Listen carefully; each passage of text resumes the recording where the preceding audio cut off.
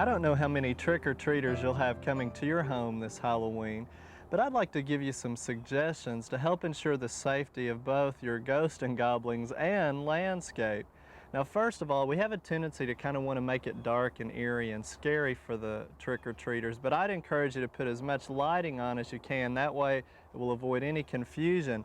And the neat thing to try is to put up some of the luminarious type devices, which you can buy bags that are specially made to insert candles in. And the best way to do it is to put a little bit of sand in the bottom, about an inch or two, and that will help weight it down, and then it will also make a nice bed to put your candles in so they don't turn over, because some of them are flammable, so you want to use caution. But it really can be used to illuminate the sidewalk and make it very safe for the people coming to visit you. The other thing is too, we have a tendency to want to decorate things around the patio, and we may even have pumpkins or patio container type plants. You may want to try to relocate those so they're not in the way of people coming up again. If you put them on sidewalks, which make a nice attraction, it's also easy for the kids who sometimes their vision is blocked a little bit as far as their peripheral vision, and so you may want to relocate those so that doesn't cause any problems either.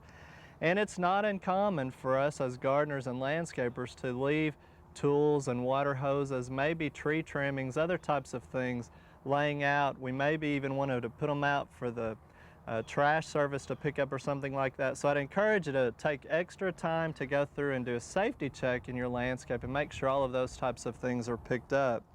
One thing that a lot of people forget about, because it may start getting dry this time of year, I encourage you to turn the sprinkler system off the night before so you don't have any surprises and get people wet when they're coming through, because a lot of people have gone to watering during the night time. Also, a very, very important one is do not apply any pesticides at least within 48 hours to your lawn or shrubs, because a lot of people can be very sensitive and that can avoid some problems there with you.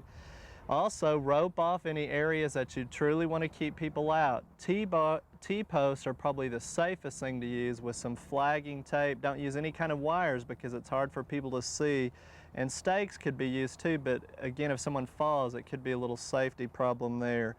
If there's any thorny plants, you may have to actually move your chairs out and greet people to block them where they don't come up against those types, and always keep the dogs and cats fixed up. So I'd encourage you to practice these safety tips, because there's so much to worry about this time of year anyway.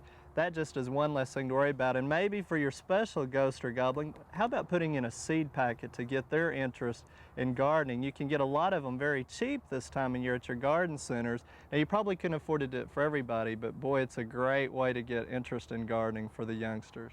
Have a safe and happy Halloween.